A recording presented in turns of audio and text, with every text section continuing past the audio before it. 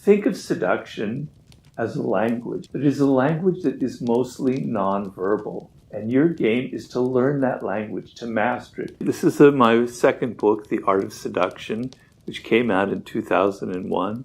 And I'm happy to say just recently we've sold over 1 million copies of this book. So there you go.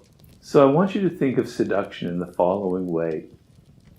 The people around you, all around you in your daily life, they have these kind of walls that are erected to protect themselves from intruders, protect them from advertisers, to protect them from people who are meddling in their life, to protect them from all the other intrusions that are continually distracting them. People, particularly in the 21st century, are very defensive.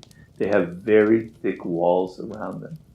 They're not necessarily interested in who you are. They're not interested in your ideas, in having a relationship with you, in anything about you. They're naturally resistant to you. The game in seduction is to lower those walls, to make them thinner and thinner, to find penetrating points so you can enter inside their mind, inside their defenses. And so the ultimate power is when you're not there, when after an encounter with you or whatever, they're thinking about you. When you're not there, you have entered their mind, you've entered their inner space, and you've occupied, in a positive way, hopefully, their inner worlds, and they're thinking about you even though you're not there. That is the game, the art of seduction, okay? Now, think of seduction as a language. That's what I try and tell people in the art of seduction. It is a language that is mostly nonverbal. And your game is to learn that language, to master it, much as you would master French or whatever other language there is, okay? So what is this language? Well, it's a language of gesture. It's a language of body language. It's a language of energy that you feel off of another person. So if someone is trying to seduce you, or you're trying to seduce someone, and you're too obvious about it, and it's too clear what you're up to, and you're saying all the right cliched lines that people say in order to seduce, it just makes those walls thicker and thicker and thicker. It's too clear. People become more and more resistant, right? But if they don't even know that you're trying to seduce, if it's something that's in your energy, it is in your personality, you don't have to say a word. You have charisma. You are a siren. You are a rake. You are the natural, all the 9 types of seducers that I illustrate in there. Then you don't even have to try. It's something that emanates from your personality, and it attracts people to you without you ever saying a word. So part of that language is your own energy, your own kind of confidence and inner security that emanates out of you and that draws people to you. And that is incredibly seductive. It is a language of gestures.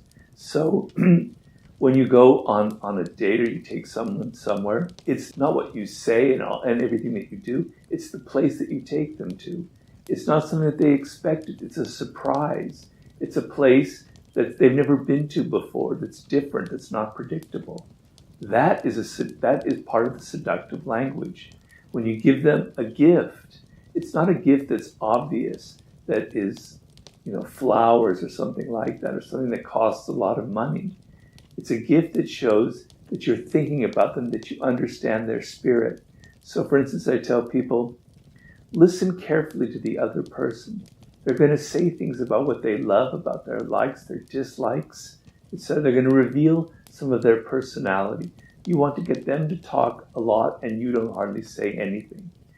And in the course of revealing something that they love, a light bulb goes on in your head and you go, I can give them a gift after a couple of weeks of seeing them that reflects this particular thing they mentioned once, that reveals to them that I was listening, that I understood, that I absorbed their idea, their spirit. And I go, wow, this person was actually hearing me. How thoughtful, right?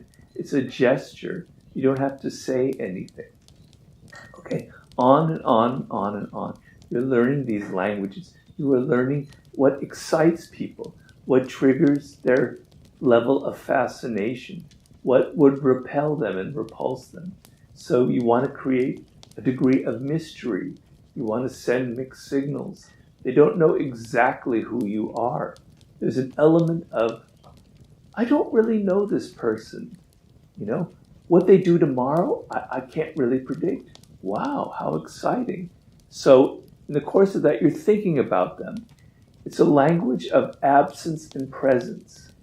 If you're too much in people's face, if you're texting them every day, if you're emailing them and calling them all the time, there's no sense of mystery.